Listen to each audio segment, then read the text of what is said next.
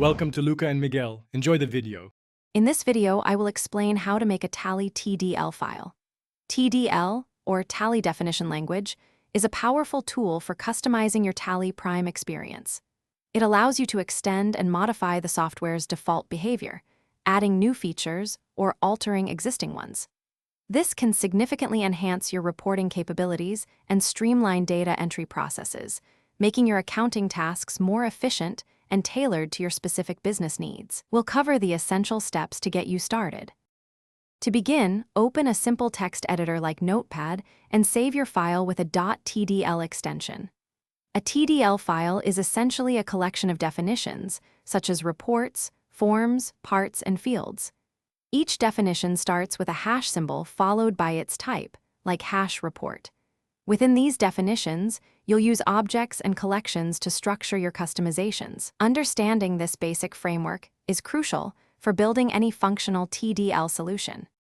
Now, let's dive into customization. You can define field objects to control how data appears on your screens and reports. To add interactive elements, use button definitions, allowing users to trigger specific actions. For custom navigation, menu definitions are invaluable, letting you create new menu options.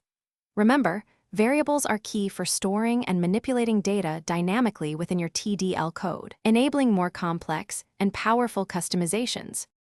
Once your TDL file is ready, you need to load it into Tally Prime. The simplest way is to place the .tdl file directly into your Tally application folder.